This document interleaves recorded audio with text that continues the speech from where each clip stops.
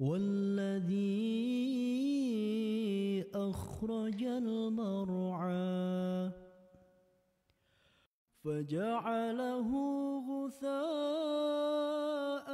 أحوى سنقرئك فلا تنسى إلا ما شاء الله إنه يعلم الجهر وما يخفى ونيسرك لليسرى فذكر إن نفعت الذكرى سيذكر من يخشى ويتجنبها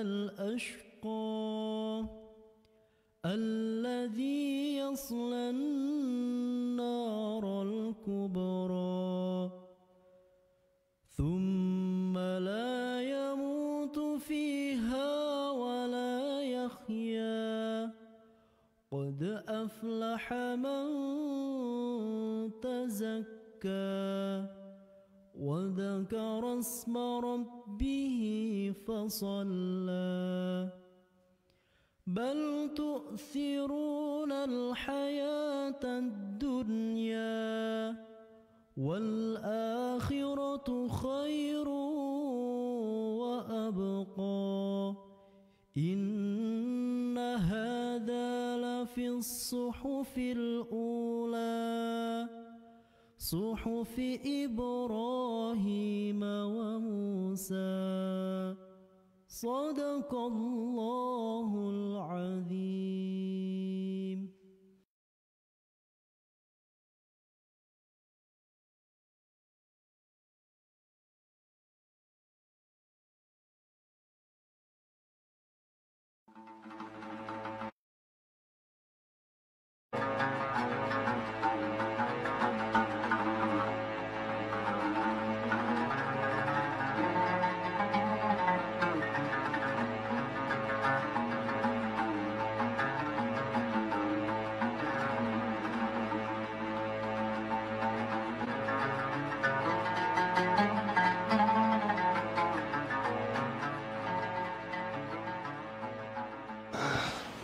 Tiga, dua, satu. Bismillahirrahmanirrahim. Sahabat-sahabat yang dimuliakan oleh Allah Subhanahu wa taala. Alhamdulillah wassalatu wassalamu ala Rasulillah sayyidina wa maulana Muhammad ibni Abdillah wa ala alihi wa sahbihi wa mawalah wa la haula wa la quwata illa billah. Di awal kajian kita sore hari ini ada satu cerita yang akan mewakili apa yang akan kita sampaikan.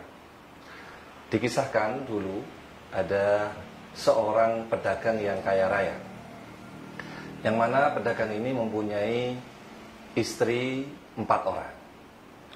Istri yang nomor 4 itu selain masih muda, cantik dan sebagainya, ini istri paling disayang oleh si saudagar kaya tersebut. Nah, ternyata istri ini setiap kali minta sesuatu tanpa ditunda, maka si saudagar kaya ini langsung berusaha memenuhinya.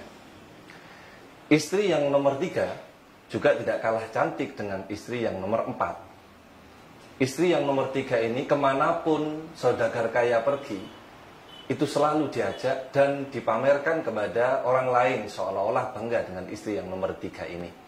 Tetapi di hati kecil seorang saudagar itu, dia khawatir istri yang nomor 3 ini bisa berpindah hati. Istri yang nomor 2 diberikan tugas untuk ngurusi semua bisnisnya si saudagar kaya tadi.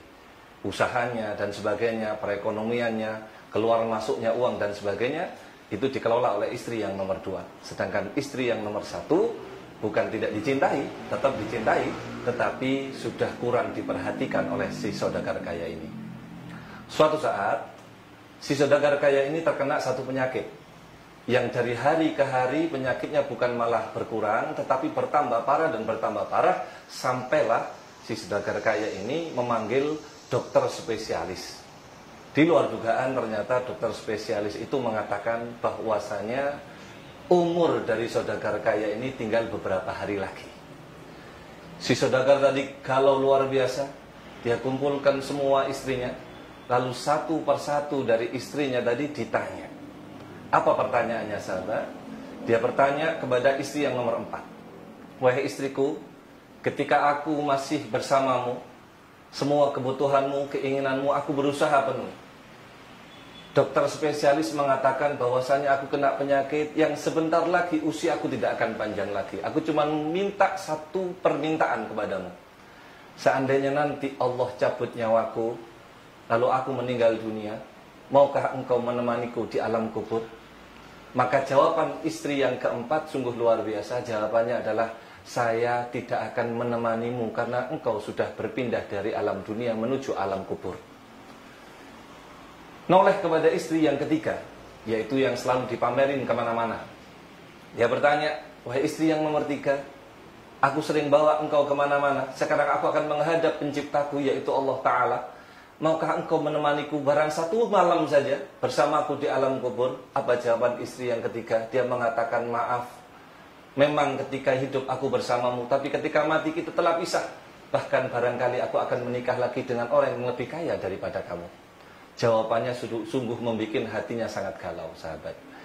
Istri yang nomor 2 ditanya dengan pertanyaan yang sama. Sambil senyum, istri yang nomor 2 mengatakan, aku hanya bisa menemani engkau sampai di kuburan saja, nggak lebih dari itu, mohon maaf. Tapi ketika menoleh kepada istri yang pertama, istri yang kurang diperhatikannya, sahabat, ternyata istri ini dengan senyum, dia mengatakan, aku akan temani engkau kemanapun engkau pergi. Dulu kita pernah susah bersama, bahagia bersama, maka di saat seperti ini engkau butuh kepadaku, aku akan temani engkau sampai kemanapun engkau pergi. Sahabat, orang yang bijak itu adalah orang yang bisa mengambil pelajaran dari apapun yang dia lalui. Termasuk cerita saudagar kaya dengan 4 istrinya ini. Siapa saudagar kaya yang dimaksud ini, sahabat? Yaitu kita manusia. Anda dan saya, kita semua, makhluknya Allah. Kita bukan orang yang gak punya, kita orang yang kaya, karena Allah berikan kenikmatan kepada kita semua.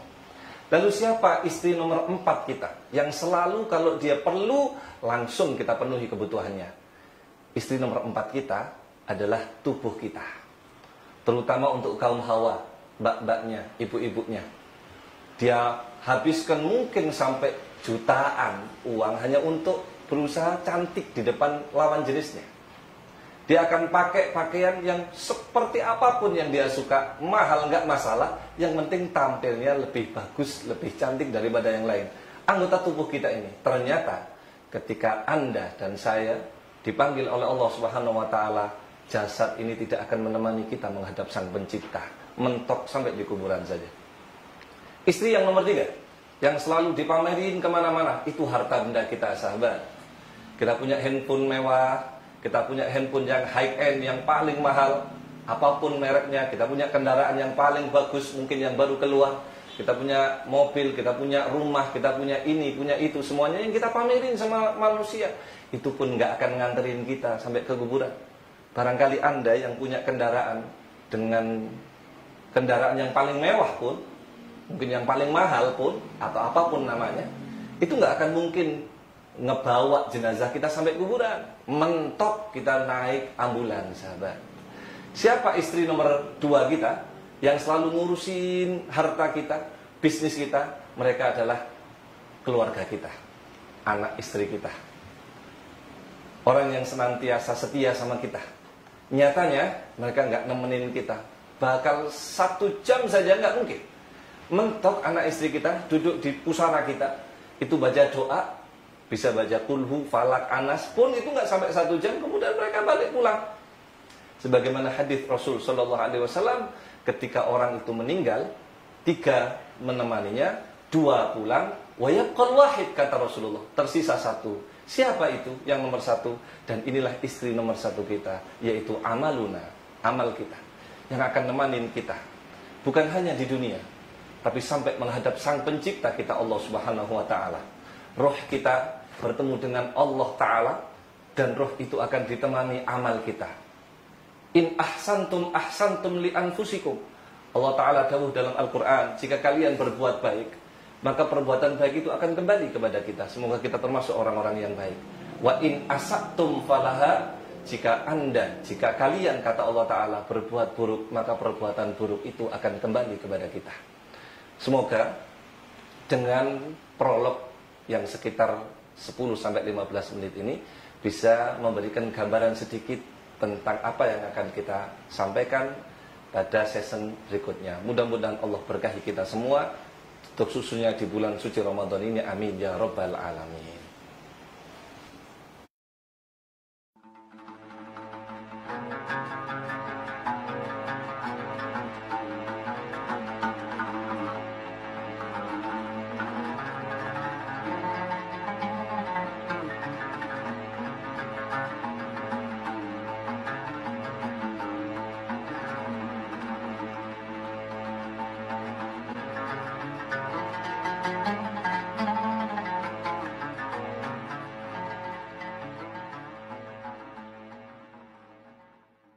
Enggak dimatiin tuh? Tadi enggak? Pas terakhir? Enggak, saya matikan. Oh iya sih. Break 3 menit.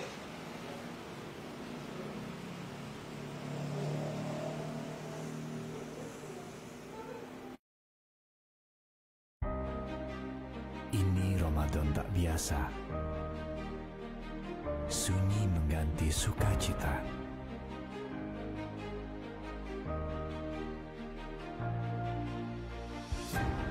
Semua pulang,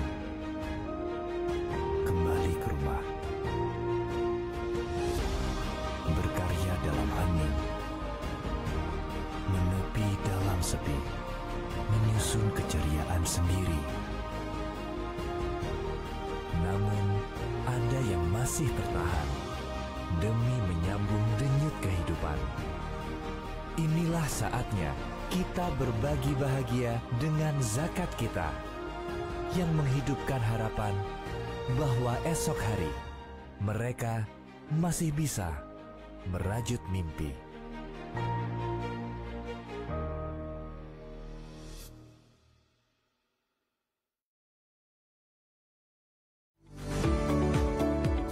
Berbagi informasi menarik, akurat, dan efektif kini cukup mudah. Dengan menggunakan video explainer, Anda bisa menyampaikan safety briefing, promosi event, info kesehatan, maupun video edukasi dengan lebih mudah. Ingin tahu caranya? Info selengkapnya, kunjungi website kami dan konsultasikan ide kreatif Anda bersama kami. Bagikan wawasan secara menarik, akurat, dan efektif dengan video explainer.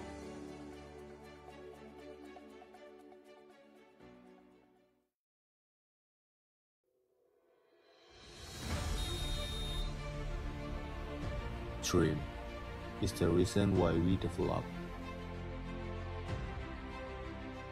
Motivation to grow up so fast.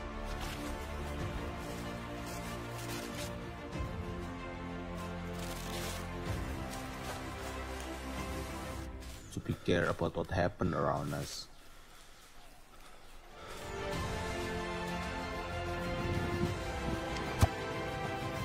To solve the problem. To be the winner.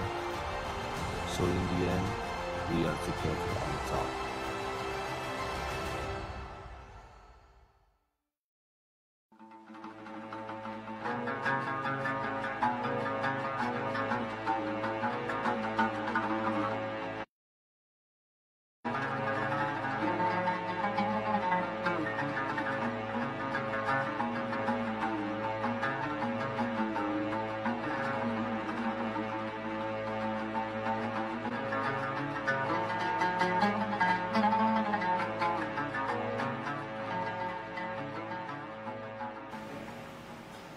Ya. 3, 2, 1, benar masuk.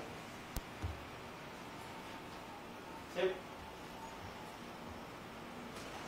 Bismillahirrahmanirrahim. Sahabat, amal ini yang akan menemani kita semua. Dan kita berharap kepada Allah Subhanahu wa taala semoga amalan kita semua diterima oleh Allah Subhanahu wa taala.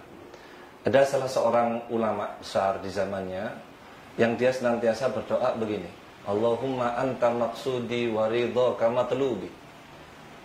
Ya Allah, engkaulah maksud aku ini hidup. Wa ridhaka matlubi, dan ridhomulah ya Allah yang aku cari. Hal-hal yang membuat Allah ridho itu sebagaimana disebutkan oleh para alim ulama ka'adadil anfas. Jumlahnya sangat banyak sekali. Yang akan kita bahas pada sore hari ini adalah berkaitan dengan akidah, dengan hati kita. Di dalam hadis Rasul Shallallahu Alaihi Wasallam menyebutkan yang maknanya Allah itu nggak pernah melihat seseorang dari bentuk fisik luarnya atau status sosialnya, mau kaya kek, mau miskin kek, mau tua kek, mau muda, mau gendut, mau kurus atau apapun itu Allah nggak pernah lihat itu. Tetapi Allah ngelihat apa yang ada di hati kita. Sebagian ulama mengatakan bahwasannya ilmu itu terbagi menjadi 3. Ada al-ilmu fidzihn, ilmu yang ada di otak kita. Yang kedua, ilmu yang ada di lisan kita. Yang ketiga, yaitu ilmu yang ada di hati kita. Kita bahas yang pertama, ilmu yang ada di otak kita. Ilmu yang ada di otak kita ini sahabat, ini kalau dibentukkan, dinyatakan, dizahirkan, itu hanya akan berupa nilai. Seperti kita tahu, Indonesia ini tidak pernah kekurangan orang pintar. Orang berilmu artinya adalah orang yang pintar. Nggak akan kurang. Tiap tahun lulusan S1, S2, S3, mungkin bisa sampai jutaan orang. Tiap tahun itu. Dan kepintaran mereka, kepintaran kita itu hanya dinilai di atas kertas. Bisa berupa A aja, B, C, D, atau juga berupa nilai mulai 9, 8, 7, dan sebagainya. Maka ketika kita melihat seseorang yang ilmunya, nilainya tidak menunjukkan nilai bagus, maka kita akan bilang orang itu nggak pintar. Tapi ketika nilainya bagus, kita akan langsung bilang, nih orang pintar. Itu ilmu yang ada di otak kita. Sebagian salaf mengatakan ilmu yang ada di otak ini qalilun nafa', sedikit sekali manfaatnya. Karena di luar sana bisa kita temui banyak orang yang mereka cerdas secara intelektual, tetapi secara sosialisasi masyarakat mereka kurang. Ilmu yang kedua yaitu ilmu bil lisan, ilmu yang ada di lisan kita. Sering kita temui dan kita dapati bahwa banyak orang itu dia pandai secara akalnya, tetapi untuk mengeluarkannya mereka nggak mampu. Secara tekstual, tertulis, mereka luar biasa, nilainya pun bagus banget. Akan tetapi untuk interaksi, untuk menyampaikan isinya, itu nggak semua orang mampu.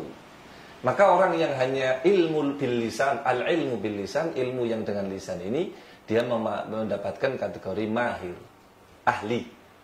Ya. Yang ketiga yaitu al-ilmu bil qalb, ilmu yang ada di hati kita ini, ilmu yang akan menyelamatkan kita. Saya teringat ucapan salah seorang daripada guru kami, yaitu Sayyidi Al-Habib Shalih bin Ahmad bin Salim Al-Idrus.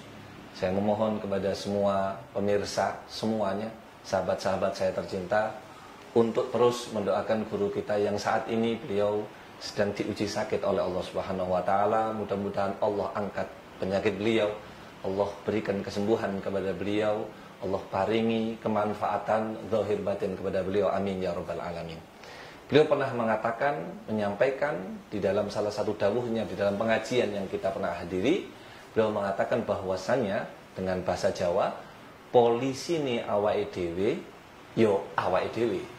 Sahabat, artinya begini, yang menjadi polisi, yang mengingatkan kita sendiri, itu sebenarnya yang lebih kuat adalah ya kita sendiri. Timbul kesadaran, timbul kebijakan kepada diri kita untuk melaksanakan ketaatan kepada Allah dan menjauhi larangan Allah Subhanahu wa taala. Kami ini, para asatid, para dai, para ulama, guru-guru kita semua, itu hanya memberikan arahan saja. Tetapi pelakunya adalah ya kita sendiri. Banyak kita lihat juga orang memberikan mau'idhah, anjuran untuk sholat malam barangkali, sholat duha misalnya, atau mungkin baca Quran, iktikaf di masjid dan sebagainya. Kadang-kala kita sebagai pendengarnya itu hanya sebatas mendengarkan saja.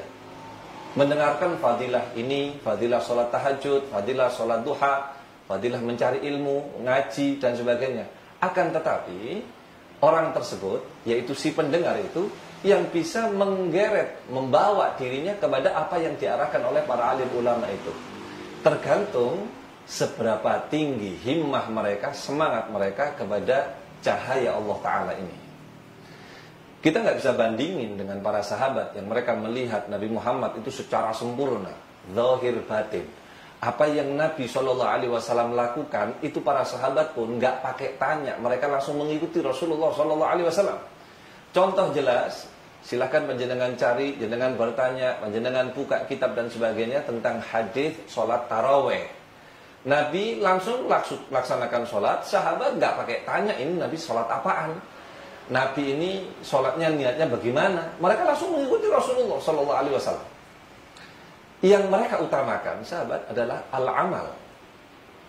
Begitu pula di satu kitab disebutkan Sayyidina Abu Bakar As-Siddiq radhiyallahu ta'ala anhu itu di dalam riwayat beliau nggak pernah menghatamkan Al-Quran 30 juz, nggak pernah. Akan tetapi Sayyidina Abu Bakar As-Siddiq setiap kali membaca satu ayat beliau angan-angan lalu beliau amalkan.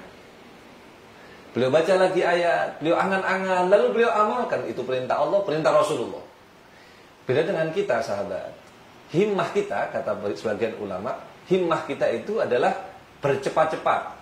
Al-Habib Ahmad bin Hasan Al-Attas beliau mengatakan i'malu wa la tasta'jilu. Sahabat, kata beliau begini, beramallah kalian tapi jangan kesusu. Mohon maaf sahabat, bukan berniat untuk menyindir siapapun. Kita ngelihat orang kurang nikmatin kalau dia lagi ibadah kepada Allah Subhanahu wa taala. Kurang nikmatin betul. Pengin cepat kelar, pengin cepat selesai. Di bulan Ramadan ini kita dituntut untuk jadi orang yang sabar, semuanya. Kenapa kita nggak mulai sekarang berusaha untuk jadi orang yang lebih bisa menikmati ibadah kepada Allah Ta'ala?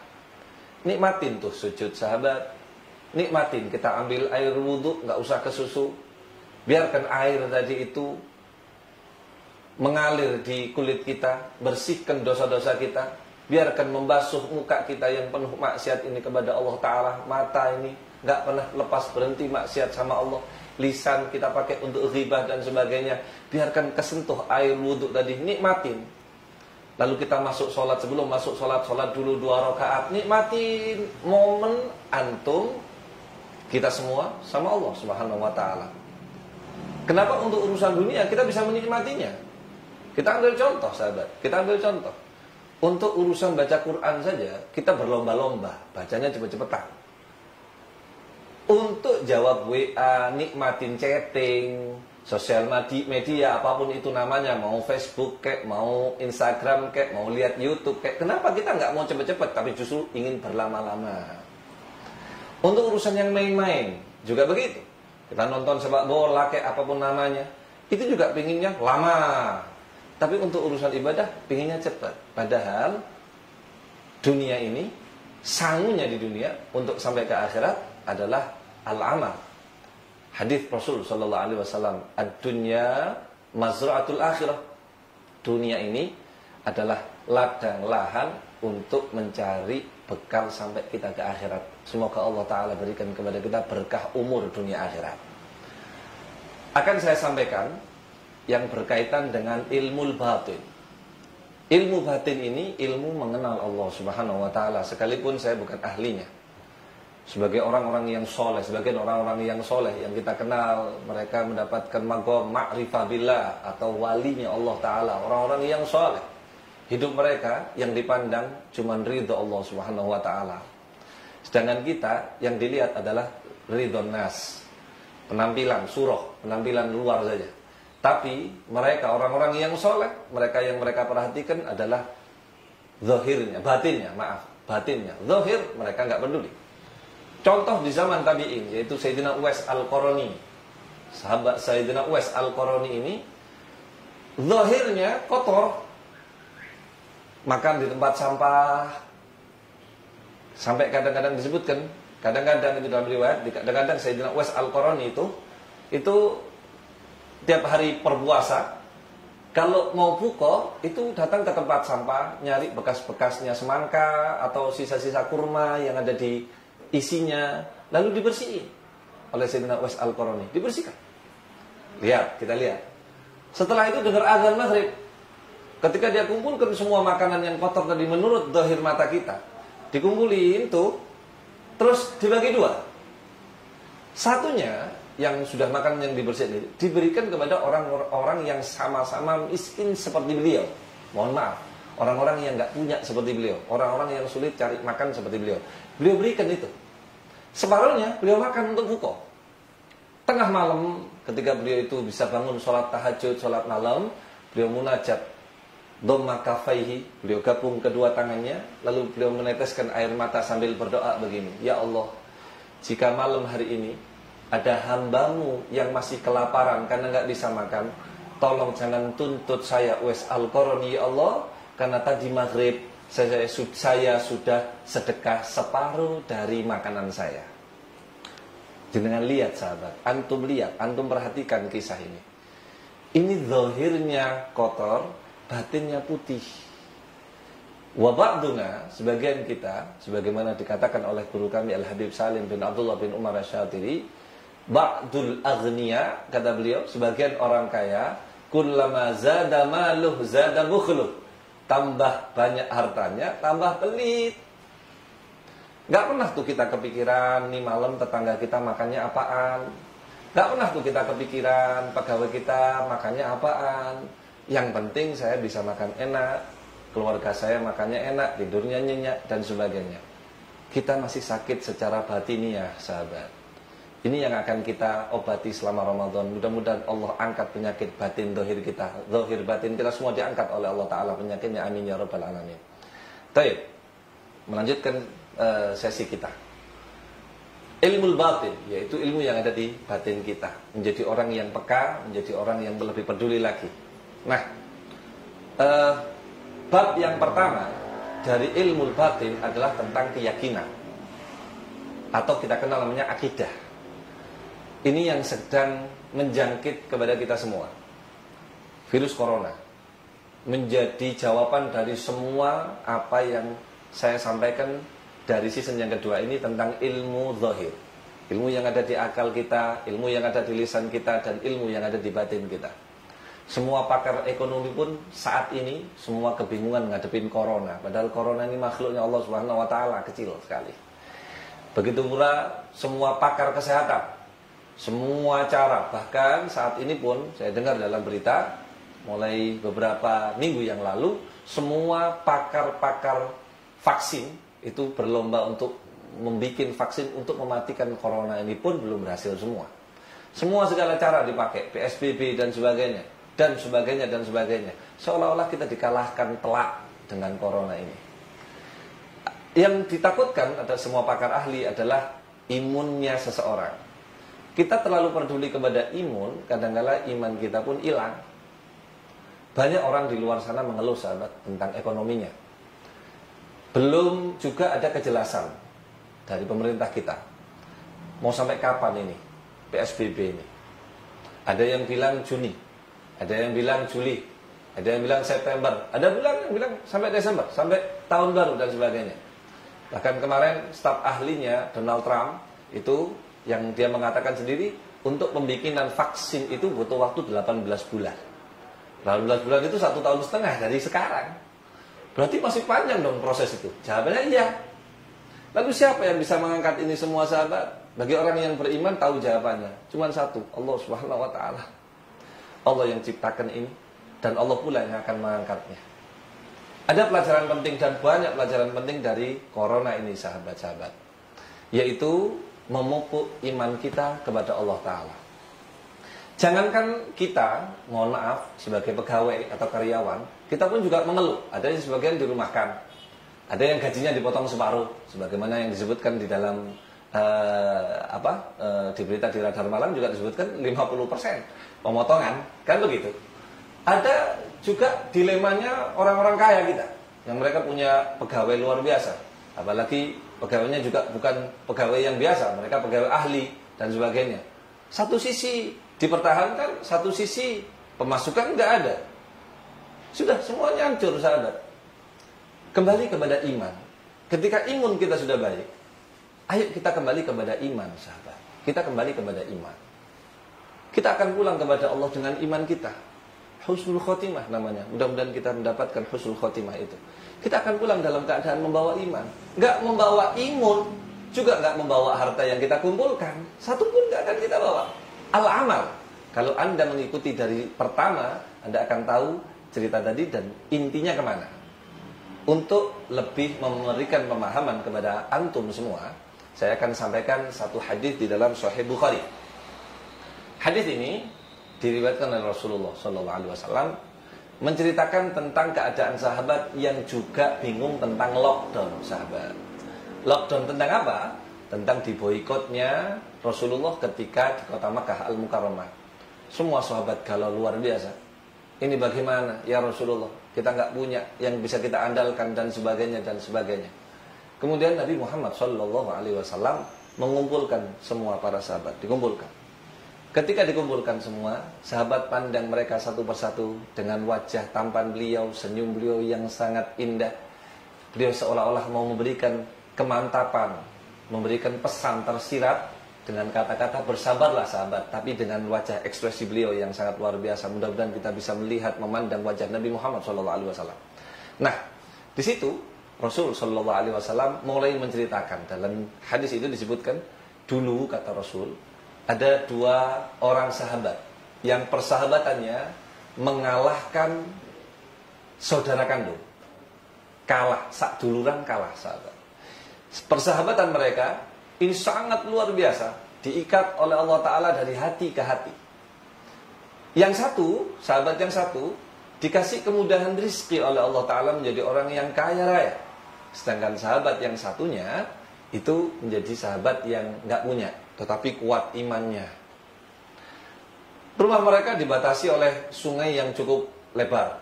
Jadi untuk sampai ke rumah sahabatnya itu harus naik perahu. Subhanal Malikil Kudus, hampir tiap minggu sahabat yang kaya tadi datang kepada sahabatnya yang miskin untuk menawarkan bantuan.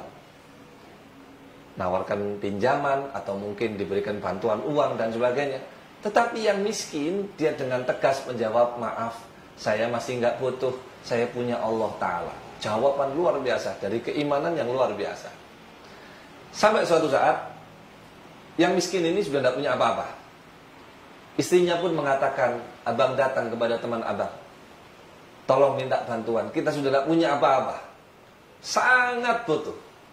Maka sahabatnya tadi, yang miskin tadi, dengan berat hati dia berangkat, dia naik perahu, dia seberangi itu sungai, sampai di rumah sahabatnya yang kaya. Itu sahabatnya yang kaya luar biasa bahagia karena yang didatangi untuk ditawarkan bantuan justru datang, luar biasa. Lihat, ini akhlak yang mulia. Kita bisa bayangkan, mohon maaf, untuk orang kaya zaman sekarang, saya tidak pernah mengenal antum, atau saya tidak pernah kumpul dengan orang-orang kaya, inten, punya bisnis dengan mereka, tidak. Cuman kita bayangkan orang kaya zaman sekarang. Jika ada sahabat atau mungkin keluarga kita yang tidak punya datang, tuh bahagia atau bagaimana? Anda sendiri yang bisa menjawabnya. Subhanallah. Ketika datang, ini sahabat yang kaya mengatakan, ahlan wa sahlan wa marhaban. Selamat datang sahabatku. Aku tahu dengan kedatanganmu, ini kamu butuh dengan bantuanku. Ayo, sal, kata dia. Ayo minta. Subhanal Malikil Kudus. Mulai dia ceritakan keadaan keluarganya dan sebagainya. Maka yang kaya memutus pembicaraannya sambil mengatakan, Anda butuh berapa? Apa yang kau butuhkan dan berapa yang kau butuhkan? Dia bilang, saya butuh 10.000 dirham.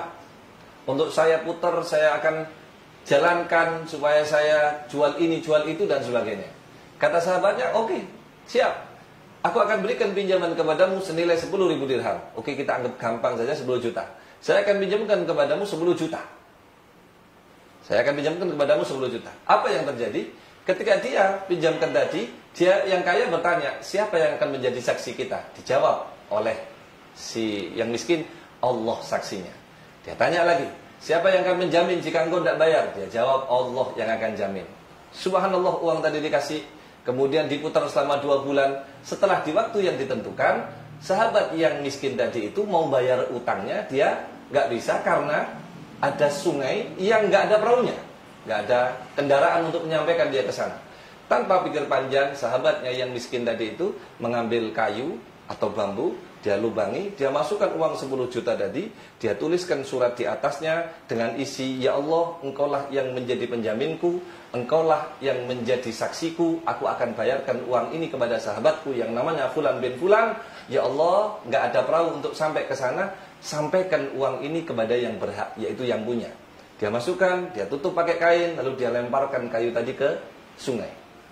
Subhanal Malikil Qudus, dalam hadis itu kayu pun sampai kepada yang punya.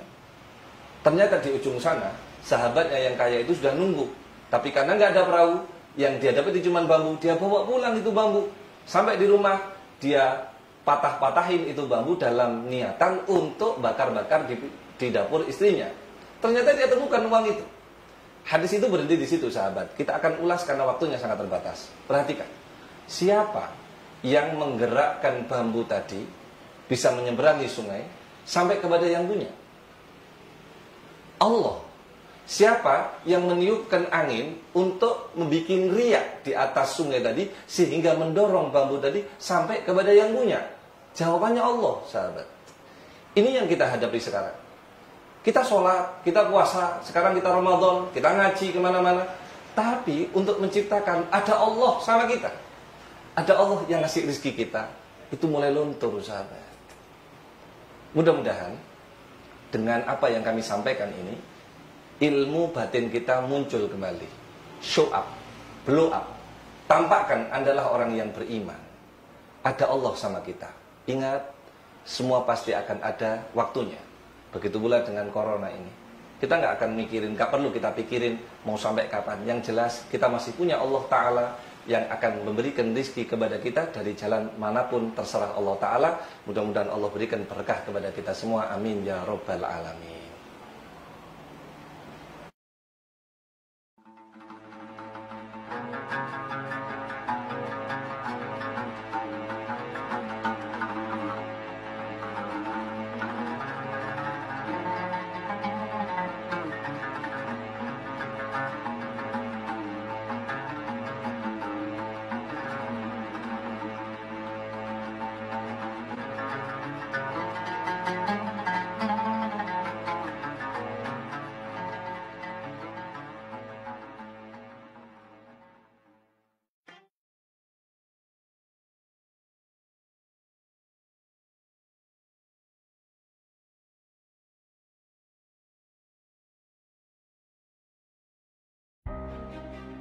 Ini Ramadan tak biasa.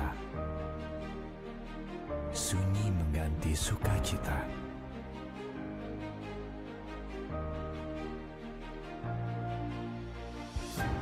Semua pulang,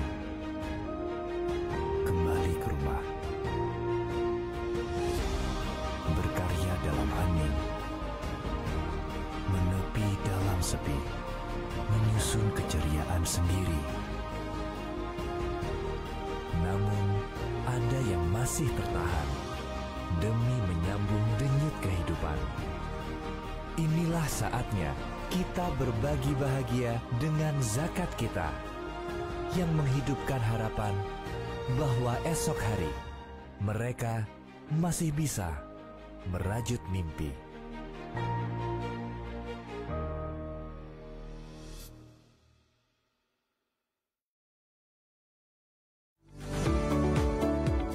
Berbagi informasi menarik, akurat, dan efektif kini cukup mudah.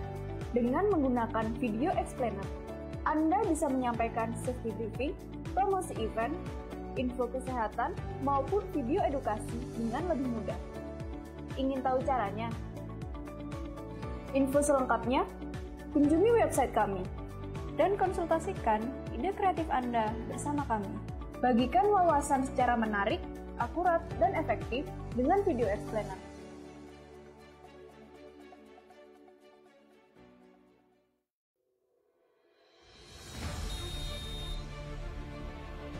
Dream is the reason why we develop. motivation to grow up so fast.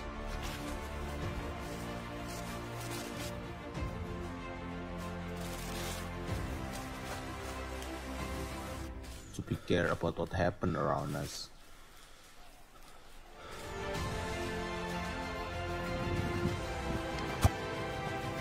To solve the problem. To be the winner. So in the end, we are together on top.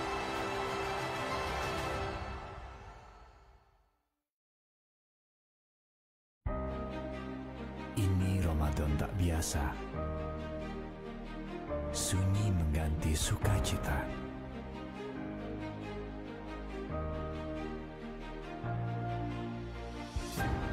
Semua pulang.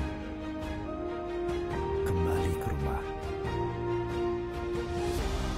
Berkarya dalam angin. Menepi dalam sepi. Menyusun keceriaan sendiri. Namun, ada yang masih tertahan demi menyambung denyut kehidupan. Inilah saatnya kita berbagi bahagia dengan zakat kita yang menghidupkan harapan bahwa esok hari mereka masih bisa merajut mimpi.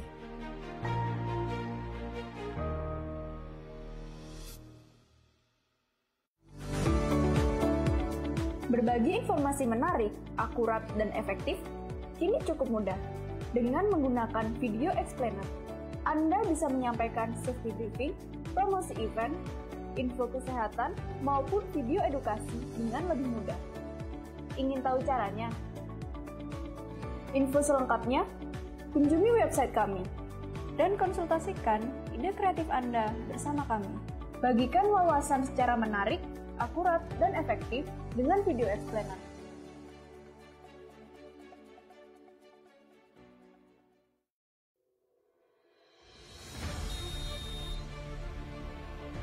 Dream is the reason why we develop. Motivation to grow up so fast.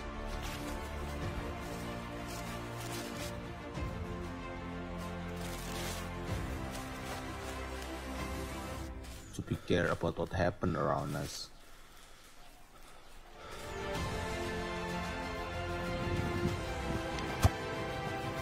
To solve the problem. To be the winner. So in the end, we are together on top.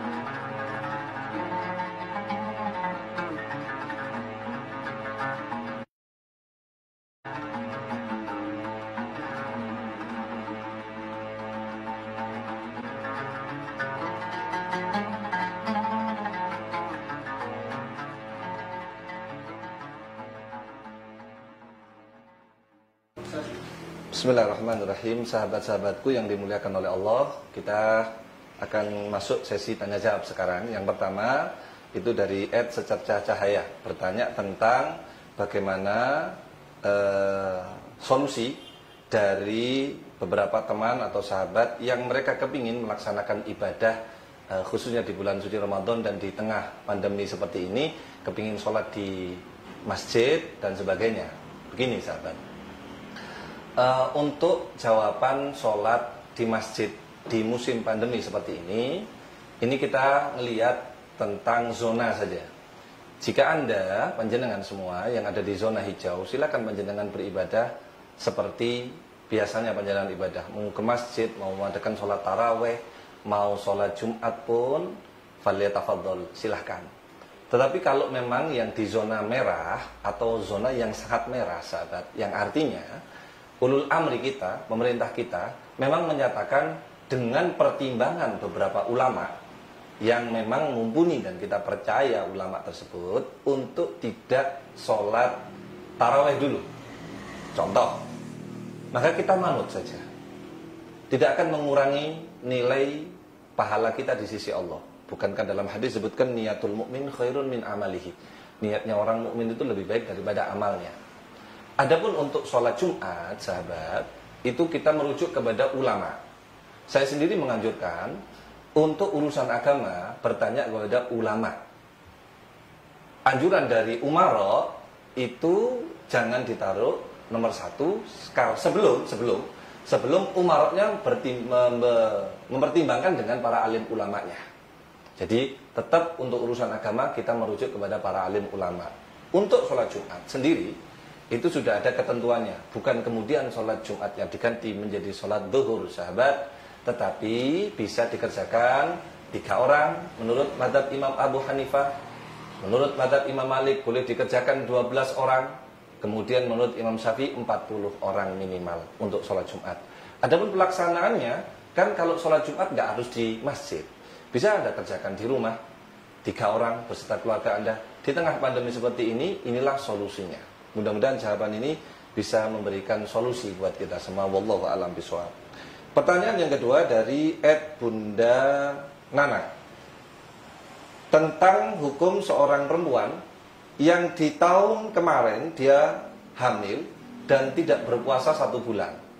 Kemudian di tahun berikutnya ketika bayinya tadi lahir, itu sibuk dengan menyusui sehingga nggak puasa lagi. Untuk hukum orang yang hamil dan menyusui, itu untuk fidyahnya. Jadi pertanyaan dari Bunda Nana ini tentang perhitungan fidyahnya. Untuk fidyahnya, di mana di hari beliau tidak berpuasa, maka disitulah beliau mengeluarkan fidyah. Tidak seperti, mohon maaf, secara umum kita lihat, sekalipun hukumnya adalah boleh, yaitu mengumpulkan sekaligus. Jadi di hari di mana seorang wanita hamil atau menyusui, dia khawatir dengan kesehatan bayinya. Contoh, disebutkan dalam kitab Safinatun Najah. Saya hamil, saya kuat, tetapi nanti janin saya yang saya kandung akan ada masalah, maka dia boleh tidak berpuasa, mokel, boleh tidak berpuasa, tetapi bayar fidyah. Fidyahnya itu untuk alasan si jabang bayi. Begitu pula untuk orang yang menyusui, sahabat. Orang yang menyusui, dia bilang saya kuat, saya puasa kuat, tapi saya khawatir ASI saya buruk, nanti ketika dikonsumsi oleh bayi saya nanti bisa jatuh sakit dan sebagainya. Maka dia boleh untuk tidak berpuasa dan membayar fidyah, tapi tetap wajib qadha. Bukan dengan dia bayar fidyah hilang qadhanya, enggak, tapi tetap dia wajib qadha dan bayar fidyah karena alasan jabang bayi. Kalau sampai di tahun berikutnya kok enggak segera membayar hutang puasanya, terus alasan menyusui, maka double. Double apa? 1, double dia menyusui. Itu 1 yang pertama, bayar fidyahnya. Yang kedua, dia bayar fidyah karena dia teledor tidak segera puasa, tidak segera bayar utang puasanya, kedahuluan masuk Ramadan di tahun berikutnya. Maka 2 kali sehari dia mengeluarkan 2 kali fidyah. Berapa besaran fidyahnya? Yaitu 1 mud atau 6 on. Kemudian pertanyaan yang berikutnya dari Fatimatu Zahra. Pertanyaan sama tentang orang yang bayar fidyah, tetapi dia dapat jatah dari masjid setempat untuk ngirim takjil buko. Bolehkah diniatkan dengan membayar atau memberikan takjilan, diniatkan pula untuk bayar fidyah? Di sini ada perbedaan, sahabat. Fidyah itu adalah makanan pokok, jadi mentah. Sedangkan kalau takjil kan harus berupa matang. Ya, saya kira insya Allah panjenengan antum semua sudah bisa menjawab itu. Jadi apakah boleh kita gabungkan jadi satu? Tentu ini 2 hal yang berbeda. Fidyah itu dalam keadaan mentah, masih bahan pokoknya. Sedangkan takjil dalam sajian yang matang. Pertanyaan yang berikutnya yaitu dari hamba Allah. Bagaimana hukum seorang wanita yang memakai obat pengambat haid supaya bisa melaksanakan ibadah puasa Ramadan 1 bulan penuh nggak pakai bolong? Secara hukum fikih ya boleh-boleh saja. Secara hukum fikih boleh-boleh saja. Adapun kalau nanti menurut pakar ahli, tim medis dan sebagainya akan ada imbas yang membahayakan, maka jatuhnya nggak boleh. Tetapi selama dokter menyarankan nggak apa-apa, ya, orang yang memang ahli di bidangnya, memang dalam bidang kesehatan mengatakan nggak ada masalah, maka jalan terus. Jadi hukumnya bagi seorang perempuan yang memakai obat penghambat haid sehingga dia bisa full puasa Ramadan, jawabannya boleh saja, mubah. Pertanyaan terakhir, bagaimanakah hukum orang cuci darah saat melaksanakan puasa? Yang dimaksud ini dari @insan sejati.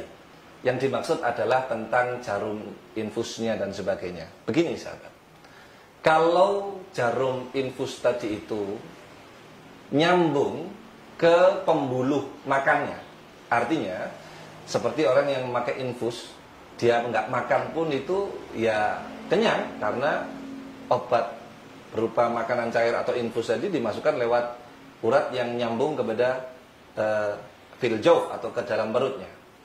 Adapun seperti orang yang cuci darah, itu sebagian ulama mengatakan makruh saja. Seperti orang yang memakai tetes mata, ya, obat mata, itu kan nggak nyambung ke perutnya. Saya permudah, semua jalur yang tidak menuju kepada perut, maka hukumnya adalah tidak apa-apa, mubah. Adapun semua bentuk suntikan atau apapun, infus dan sebagainya, yang menuju kepada perut untuk mengenyangkan dan sebagainya, maka membatalkan puasanya. Contoh saja, saya tahun yang lalu itu punya sahabat sakit, kemudian dia tidak mau dibawa ke dokter dengan alasan nanti takut disuntik sehingga membatalkan puasanya. Sedangkan yang disuntik itu letaknya kan di pantat, itu tidak akan masuk ke dalam perutnya, sehingga bukan dalam rangka untuk mengenyangkan tapi untuk mengobati, maka puasanya tetap ada. Ini semua pertanyaan yang masuk, mudah-mudahan insyaallah bisa memberikan kepuasan di dalam jawabannya. Wallahu a'lam bishawab.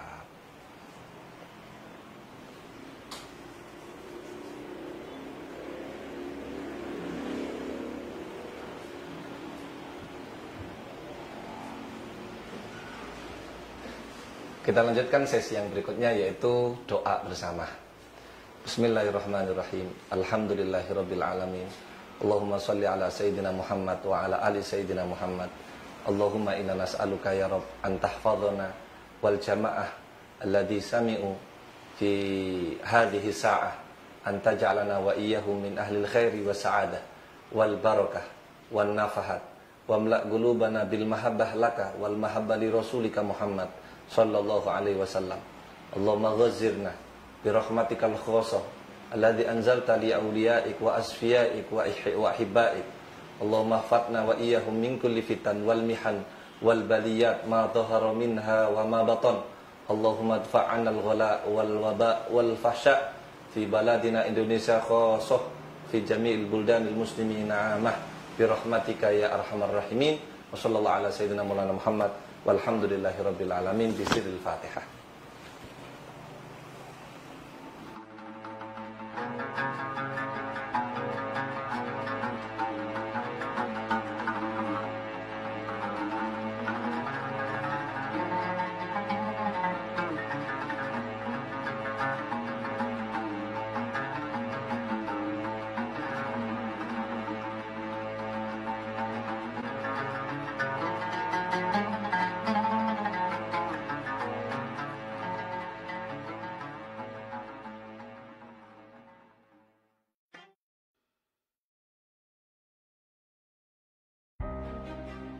Ini Ramadan tak biasa.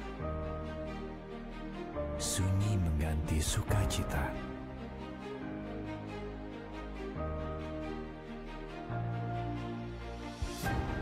Semua pulang, kembali ke rumah, berkarya dalam angin, menepi dalam sepi, menyusun keceriaan sendiri. Namun, ada yang masih bertahan demi menyambung denyut kehidupan. Inilah saatnya kita berbagi bahagia dengan zakat kita. yang menghidupkan harapan bahwa esok hari mereka masih bisa merajut mimpi.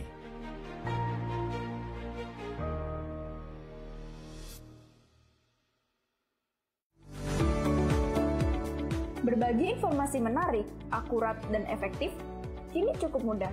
Dengan menggunakan video explainer, Anda bisa menyampaikan safety briefing, promosi event, info kesehatan, maupun video edukasi dengan lebih mudah. Ingin tahu caranya? Info selengkapnya, kunjungi website kami dan konsultasikan ide kreatif Anda bersama kami. Bagikan wawasan secara menarik, akurat, dan efektif dengan video explainer.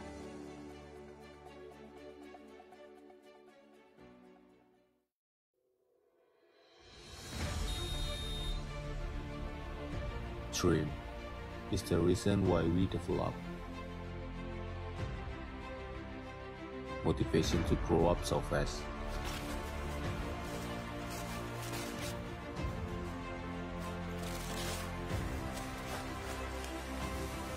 To be care about what happened around us.